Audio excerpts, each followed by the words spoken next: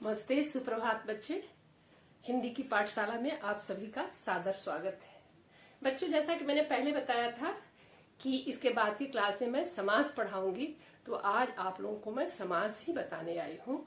समास में बहुत सारे बच्चे थोड़ा कंफ्यूज कर जाते हैं, उनको याद करने में दिक्कत होती है, तो मैं थोड़े शब्दों में इसको समझाने का प्रयास कर रही हूँ। बच्चे, सबसे पहली चीज तो है कि समास की परिभाषा जानने के पहले हम कुछ शब्दों को जान लेंगे, जिसके बारे में अगर स्पष्ट हो जाएगी सारी चीजें तो समास के भेद और समास की परिभाषा आप बहुत ही कम समय में समझ पाएंगे। जैसे समास में आने वाले शब्द हैं, वो है शब्द, पद, पूर्व पद, उत्तर पद, अव्यय, विशेषण, विशेष्य, उपमान, उपमेय, सामान्य अर्थ, विशेष अर्थ और विग्रह। अब हम एक एक करके आप लोगों को स्पष्ट करते चलते हैं। तो बच्चों, सबसे पहले तो शब्द क्या है? शब्द जो है वो वर्णों के मेल को शब्द कहते हैं, और यही शब्द जब वाक्य में प्रयुक्त हो जाता है तो उसे हम पद कहते हैं। जैसे राम एक लड़का है, में राम एक पद है और लड़का भी एक पद है, लेकिन यही राम और लड़का जब स्वतंत्र रूप से वाक्य से अलग होता है तो उसे हम शब्द कहते हैं। यानी शब्द स्वतंत्र रूप से होता है और पद वाक्य में प्रयुक्त होता है, प्रयोग किया जाता है, जिससे वाक्य का अर्थ स्पष्ट होता है। अब हम देखते हैं पूर्व पद और उत्तर पद। समास, जब जो ही समास हम पढ़ते हैं उसकी परिभाषा में ही है कि जब दो या दो से अधिक पद आपस में मिलते हैं तो उस मेल को हम समास कहते हैं, और उससे बने हुए शब्द को सामासिक शब्द कहते हैं। तो पद तो समझ लिया, अब उसमें पूर्व पद और उत्तर पद। उदाहरण के तौर पर हमने बहुत सारे उदाहरण दिए हैं। जैसे अभी आपको पहला उदाहरण राजकुमार है, तो राजकुमार में दो पद है, पहला पद है राज और दूसरा पद है कुमार। इसी तरह फूलवाड़ी में पहला पद है फूल, दूसरा पद है वाड़ी, इसको हम पूर्व पद भी कहेंगे। माता पिता, दिन रात, तो माता है पूर्व पद और पिता है उत्तर पद, दिन है पूर्व पद और रात है उत्तर पद, राज है पूर्व पद और कुमार है उत्तर पद, फूल है पूर्व पद और वाड़ी है उत्तर पद। चलिए बच्चे, तो अब हम चलते हैं अव्यय पर। अव्यय, जैसा कि शब्द से ही स्पष्ट हो रहा है कि जिसमें व्यय न हो उसे हम अव्यय कहते हैं। अब हम पहचानेंगे कैसे? तो पहचानने के लिए है, अव्यय की परिभाषा ही है कि ऐसे शब्द जिसको वाक्य में प्रयुक्त करते हैं तो न तो उस पर लिंग का प्रभाव पड़ता है, न वचन का और न काल का प्रभाव पड़ता है। वह ज्यों का त्यों होता है, चाहे उसे हम स्त्रीलिंग में प्रयोग कर लें, पुल्लिंग में प्रयोग करें, एक वचन में करें, बहुवचन में करें, या भूतकाल, भविष्यकाल, वर्तमान काल, किसी काल में करेंगे तो वो उसका रूप ज्यों का त्यों ही होता है। बच्चे, इसीलिए इसको अव्यय कहा गया है। उदाहरण के तौर पर जैसे हम कहते हैं रातों रात, वह रातों रात भाग गया, वह रातों रात भाग गई। ये पुल्लिंग में हो गया, वह रातों रात भाग गया। स्त्रीलिंग में हो गया, वह रातों रात भाग गई। एक वचन में हो गया, वह रातों रात भाग गया। बहुवचन में हो गया, वे रातों रात भाग गए। काल में वह रातों रात भाग जाता है। वर्तमान काल हो गया, भूतकाल, वह रातों रात भाग गया। भविष्यत काल, वह रातों रात भाग जाएगा। अब रातों रात न तो लिंग से, न वचन से और न काल से प्रभावित होता है, तो यह रातों रात अव्यय हो गया। यानी ऐसे शब्द जिस पर हम लिंग, वचन और काल का कोई प्रभाव नहीं पड़ते हुए देखते हैं तो हम उसको समझ जाएंगे कि अव्यय है। चलो, अब हम विशेषण, विशेष, उपमान और उपमेय पढ़ते हैं। विशेषण तो होता है कि जो संज्ञा और सर्वनाम की विशेषता बतलाए उसे विशेषण कहते हैं, और विशेष्य होता है जिसकी विशेषता बतलाई जाए उसे हम विशेष्य कहते हैं।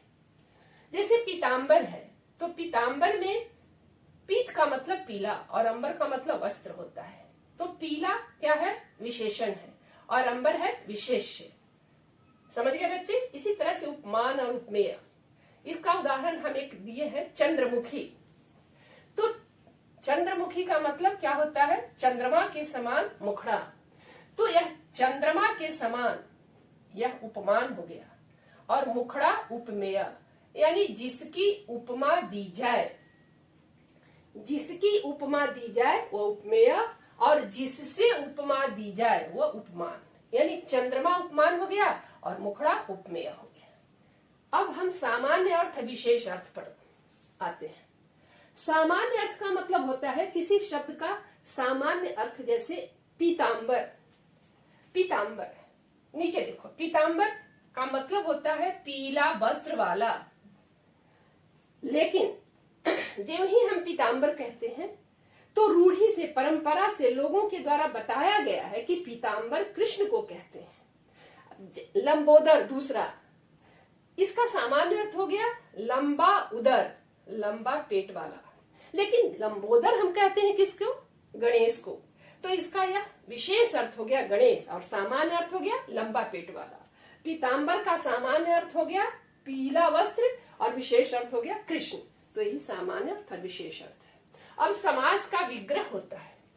संधि में जहां विच्छेद होता है वहीं समास में विग्रह होता है। विग्रह का मतलब क्या हुआ? जैसे अभी हमने कहा पीतांबर, तो पीतांबर में क्या होता है? पीला वस्त्र वाला, यह विग्रह हो गया। इसको बहुब्रीहि समास जैसे कहते हैं कि सामान्य अर्थ पीला वस्त्र हुआ और विशेष अर्थ कृष्ण हुआ। तो इसका हम विग्रह करेंगे तो कहेंगे पीला है अंबर जिसका वह, अर्थात कृष्ण। तो ये विग्रह हो गया। समझ गए होंगे बच्चे? अब इन सारे शब्दों के आधार पर हम समास और समास की परिभाषा और उसके भेदों को समझेंगे। समास की परिभाषा जैसा कि शब्द से ही स्पष्ट होता है, समास का मतलब संक्षेप होता है। जैसे कोई भाषण देता है, कोई लिखने बैठता है, तो उसमें छोटे छोटे शब्द को चाहता है कि लिखे जिसमें कम समय में हम ज्यादा अपने बात को कह सकते हैं। तो उसके लिए सामासिक शैली जिसको कहते हैं, सामासिक शब्दों का प्रयोग करता है, जिसको हम सामासिक शैली भी कहते हैं। अब ये हो गया समास। तो समास का मोटे तौर पर इसकी परिभाषा हो गई कि समास दो या दो से अधिक पद के मेल को कहते हैं, और उस मेल से बने शब्द को सामासिक शब्द कहते हैं। जैसे पीत जोड़ अंबर, पीत जोड़ अंबर, तो एक पद हो गया पीत, दूसरा पद हो गया अंबर। तो यही दो या दो से अधिक पदों का मेल हो गया, और इसका मेल होने के बाद सामासिक शब्द बना पीतांबर। तो समास की परिभाषा स्पष्ट हो गई होगी। अब हम समास के भेद पर आते हैं। पहला भेद है अव्ययी भाव समास, दूसरा तत्पुरुष समास, तीसरा द्वंद्व समास, चौथा कर्मधारय और पांचवा द्विगु, छठा बहुब्रीहि। संक्षेप में हम इसको बहुत ही आसानी से समझ सकते हैं। हम दिमाग में बैठा लेंगे। अव्ययी भाव समास में पहला पद प्रधान होता है और अव्यय होता है। तत्पुरुष समास में दूसरा पद प्रधान होता है। द्वंद्व समास में दोनों पद प्रधान होता है। अव्ययी भाव में जहाँ पहला पद, तत्पुरुष समास में दूसरा पद, द्वंद्व समास में दोनों पद। तो इस तरह से तीन जो समास के भेद हैं उसको हम इस तरह से भी याद कर लेंगे। उसके बाद हम और इसको विस्तार से बताएंगे। संक्षेप में तब तक इतना ही समझ लीजिए। अब अव्ययी भाव समास पर जाते हैं। तो जिसका पहला पद अव्यय हो, जिसका पहला पद अव्यय हो, अभी हमने समझाया, तो अव्यय हम खोज लेंगे कौन अव्यय है, और उसकी प्रधानता भी होनी चाहिए समास में। यही नहीं कि केवल अव्यय, अव्यय तो होना ही चाहिए पहला पद, साथ साथ उसकी प्रधानता भी होनी चाहिए। जैसे हम कहते हैं प्रतिदिन, भर पेट, रोज रोज, रातों रात, दिन भर। तो जब हम ऐसा कहते हैं तो ये सब क्या हो गया? ये पहला पद इसमें क्या हो गया? ऐसे प्रतिदिन, तो प्रति क्या है? अव्यय। दिन अव्यय नहीं है, प्रति अव्यय है। लेकिन सामासिक शब्द जब बन गया तो क्या हो गया? प्रतिदिन। तो ज्यों ही प्रति के साथ दिन आ गया, इसमें कोई परिवर्तन नहीं होगा। हाँ, दिन में परिवर्तन होता है। हम दिन कहते हैं, दिनों कहते हैं, लेकिन प्रति के साथ जब वो दिन जुड़ जाता है तो प्रतिदिन एक अव्यय हो जाता है। तो इसमें पहला पद प्रति है और दूसरा पद दिन है। तो पहला पद जब हमारा अव्यय है और बस पहले पद की इस वाक्य में प्रधानता है कि वह प्रतिदिन स्कूल जाता है। प्रति माने हर दिन, तो प्रतिदिन, प्रति पहला पद हो गया अव्यय, और प्रति की ही प्रधानता है, वह प्रतिदिन स्कूल जाता है। तो इसका आशय क्या हुआ कि वह हर दिन स्कूल जाता है, वह रोज रोज स्कूल जाता है। तो पहला पद अव्यय भी हो गया और उसकी प्रधानता भी हो गई। इसे हम कहेंगे अव्ययी भाव समास। तो अव्ययी भाव समास की परिभाषा होगी कि जिसका पहला पद प्रधान हो और अव्यय हो। उदाहरण के तौर पर यथाशक्ति, प्रतिदिन, रोज रोज, रातों रात, इस तरह से हम देख लेते हैं। दूसरा है तत्पुरुष समास। तत्पुरुष समास में हमने शॉर्ट में, संक्षेप में लिखा है जिसका दूसरा पद प्रधान होता है, उसे तत्पुरुष समास कहते हैं। जैसे राजकुमार, राजकुमार में पहला पद राज है और दूसरा पद कुमार है। हमने पूर्व पद और उत्तर पद पहले ही स्पष्ट किया है। तो पूर्व पद को पहला पद भी कहते हैं, उत्तर पद को दूसरा पद भी कहते हैं। तो यहाँ पर परिभाषा के अनुसार दूसरा पद प्रधान होना चाहिए, यानी राजकुमार पहला पद हुआ, इसको पूर्व पद भी कहेंगे, और कुमार उत्तर पद हुआ, इसे दूसरा पद भी कहेंगे। तो इसका दूसरा पद प्रधान कैसे है? तो जैसे हम कहते हैं कि राजकुमार आ रहा है, तो जो ही हम राजकुमार आ रहा है कहते हैं, तो इसमें पहला पद राजा है, वो राजा नहीं आ रहा है, राजा का बेटा आ रहा है, यानी दूसरे पद की प्रधानता है। अब हम कहते हैं कि चिड़ी मार आ रहा है, तो चिड़ी प्रधानता नहीं, चिड़ी का मतलब चिड़िया, मार माने मारने वाला, तो चिड़िया को मारने वाला आ रहा है, ना कि चिड़िया आ रही है। तो चिड़ी मार जो दो एक सामासिक शब्द है, जिसका एक पद है चिड़ी और दूसरा पद है मार, तो चिड़ी मार आ रहा है में हम किसको आने की बात करते हैं? चिड़िया को मारने वाला जो है, यानी दूसरे पद की प्रधानता है। तो तत्पुरुष समास की परिभाषा ऐसे हो गई। द्वंद्व समास। द्वंद्व समास में दोनों पद प्रधान होता है। अब कहिएगा कैसे दोनों पद प्रधान होता है? तो जैसे हम माता पिता, दिन रात, लोटा डोरी, ऐसे शब्दों का जब हम इस्तेमाल करते हैं जिसके बीच में हाइफन लगा हुआ हो, या जिसको हम और भी करके तोड़ सकते हैं, विग्रह कर सकते हैं, तो ऐसे शब्द जब आएंगे तो वह द्वंद्व समास होगा। इसको एक दिमाग में सेटअप रखिएगा कि द्वंद्व समास की परिभाषा क्या हो सकती है। तो हम आप लोगों को समझने के ख्याल से इतना बता रहे हैं कि द में भी व लगा हुआ है और यहाँ द में भी व लगा हुआ है, आधा व है, इसमें भी आधा व है, यानी दोनों बराबर है। यानी दो, इसको अगर पहला पद हम मानते हैं तो इसको हम दूसरा पद समझ लेते हैं। तो पहला पद और दूसरा पद दोनों की जहाँ प्रधानता हो उसे हम कहेंगे द्वंद्व समास। और इसके पहचानने के बहुत सरल तरीके हैं कि दोनों के बीच में हाइफन तो होगा ही होगा, साथ साथ जब विग्रह करेंगे तो इसमें माता और पिता, दिन और रात, लोटा और डोरी ऐसे होता है। तो द्वंद्व समास क्लियर हो गया बच्चों। अब हम कर्मधारय समास लेते हैं। कर्मधारय समास की परिभाषा में है कि जिसका एक पद विशेषण, दूसरा पद विशेष्य, या एक पद उपमान और दूसरा पद उपमेय हो। तो कैसे पहला एक पद विशेषण और दूसरा पद विशेष्य होगा? तो यहाँ उदाहरण बताया था, विशेष, विशेषण और विशेष्य। तो पीला बताया था कि यह हो गया विशेषण, और अंबर क्या हो गया? विशेष्य। तो पीतांबर जैसे शब्द में हम देखते हैं कि एक शब्द जो है वो विशेषण है। पीला क्या है? विशेषण है। हरा, पीला, नीला, काला, ऐसा विशेषण है। और अंबर क्या है? विशेष्य।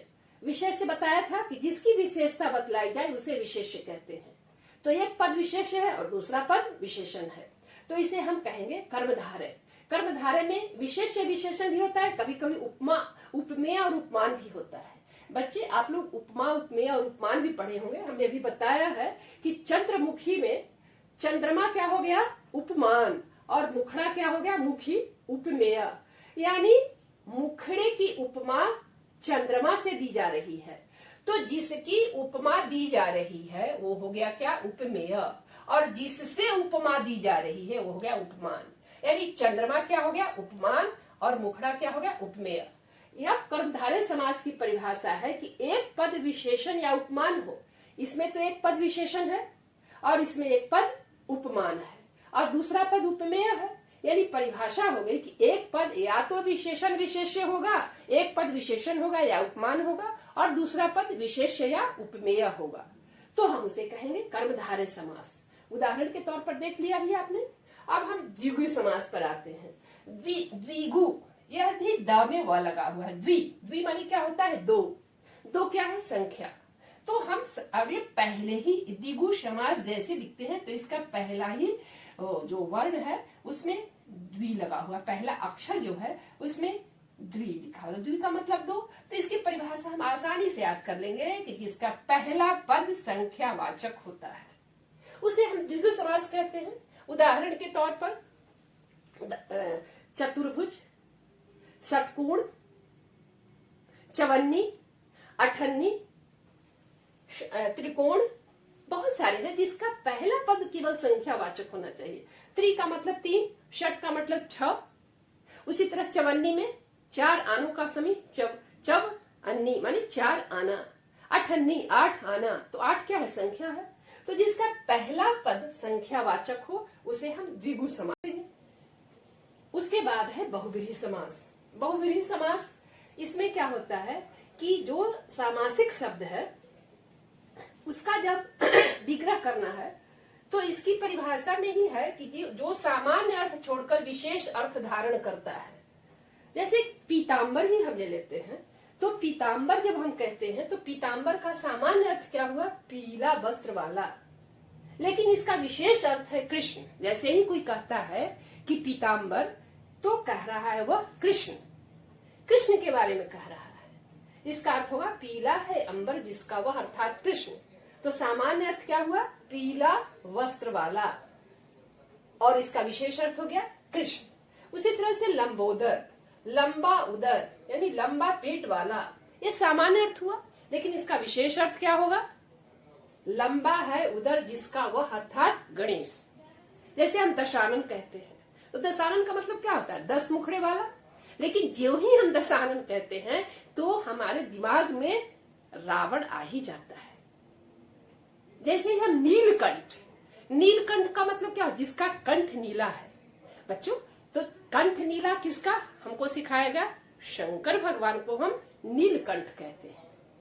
तो ये सामान्य अर्थ उसका क्या हुआ? नीला कंठ वाला। लेकिन विशेष अर्थ होता है कि नीला है कंठ जिसका वह, अर्थात शिव। तो विशेष अर्थ प्रायः ईश्वर के प्रति इंगित करता है।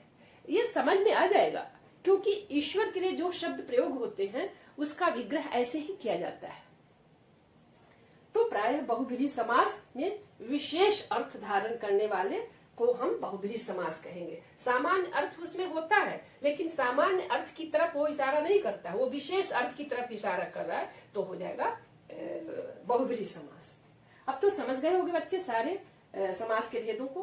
अब हम थोड़ा सा इसे अलग हटकर बात आप लोगों से करना चाहेंगे। इसको समझ गए हैं। अब थोड़ा सा बहुव्रीहि और क्रमधारय समास में होता है क्या कि जब आता है परीक्षा में कभी कभी कि सविग्रह समास बताएं, सविग्रह माने विग्रह के साथ समास बताएं, और कभी कभी आता है कि निम्नलिखित शब्दों का समास बताएं। तो जब निम्नलिखित शब्दों का समास बताएं तो साधारण सी बात पूछ रहा है, यानी वो जिस प्रकार से हमने बताया है उसको ध्यान में रखते हुए समास को पकड़ सकते हैं। पहला पद प्रधान होना चाहिए रव्य अव्ययी भाव, दूसरा पद प्रधान होता है तत्पुरुष समास, द्वंद्व समास दोनों पद प्रधान होता है द्वंद्व समास, कर्मधारय समास इसका एक पद विशेषण या उपमान हो और दूसरा पद विशेष या उपमेय हो, द्विगु समास पहला पद संख्यावाचक हो, बहुव्रीहि समास जो सामान्य अर्थ छोड़कर विशेष अर्थ धारण करता हो। तो ये सामान्य सी हो गई बात। लेकिन जब हमको कहता है परीक्षा में सविग्रह समास बताएं, यानी कुछ डिटेल पूछ रहा है, तो पीताम्बर को हम विग्रह करके कर्मधारय में भी रख सकते हैं, इसका विग्रह करके बहुव्रीहि में भी रख सकते हैं। जैसे पीताम्बर अगर है तो हम इसका विग्रह करेंगे पीला वस्त्र वाला, तो ये हो जाएगा कर्मधारय समास। लेकिन जब हम इसका विग्रह करते हैं पीला है वस्त्र जिसका वह, अर्थात कृष्ण, तो ये बहुव्रीहि समास हो जाएगा। ये विशेष अर्थ की तरफ इंगित कर रहा है। उसी प्रकार से लंबोदर कहेंगे लंबा पेट वाला, तो ये हो जाएगा कर्मधारय समास, क्योंकि लंबा विशेषण है। लंबा विशेषण है किसकी विशेषता? उदर की विशेषता बता रहा है, तो ये कर्मधारय समास। लंबा उदर वाला कहेंगे तब, लेकिन जब हम कहते हैं लंबा है उदर जिसका वह, अर्थात गणेश, यानी विशेष अर्थ की तरफ इंगित करता है, तब यह हो जाएगा बहुव्रीहि समास। बस सविग्रह समास में इतना ही अंतर, थोड़ा सा विग्रह के आधार पर हम समास को अलग कर सकते हैं। तो ये ऊंचे क्लास की भी बात होती है। ऊपर जब कम्पिटिटिव एग्जाम देंगे तो उस समय भी इस तरह की बातें आती है। तो मैं इसको अब क्लियर कर हो गया होगा बेटा, सब समास की परिभाषा, समास के भेद। तो इतना ही है इस क्लास में। थैंक यू, धन्यवाद। अगले क्लास में हम आप लोगों को क्षितिज भाग 2 की निराला की कविता में पढ़ाऊंगी। धन्यवाद।